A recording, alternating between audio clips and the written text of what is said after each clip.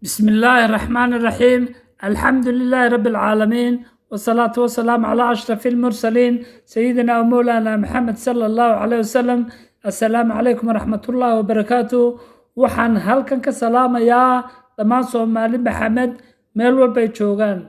waxa ka inooga sii socon doona insha Allah gabayadii diiniga ahaa ee taxanaha. waxa gabayga maalinta la yiraahdo nolosha, wuxuuna ka hadlayaa nolosha iyo noocyadeeda badan, wuxuuna ku bilaamayaa insha Allah sidan: noloshu waa uriyo iyo riyaaq ruuxi maskax badan.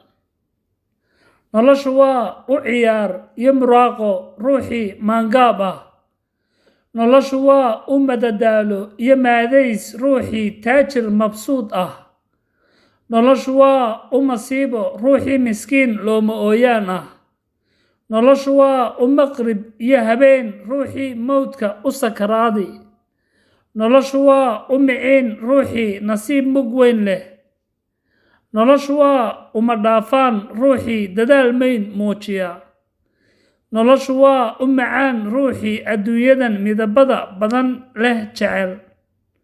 noloshu waa u mirqaan ruuxi maandooriye laasima. noloshu waa u madow iyo mugdi ruuxi mar uun qalbi jaba.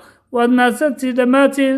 waxaan leeyahay inaan ku hodmin nolosha midabadeeda ay nagu dhaliso macaanka insha Allah walaalayaal. wassalaamu calaykum waraxmatullaahi wabarakaatu.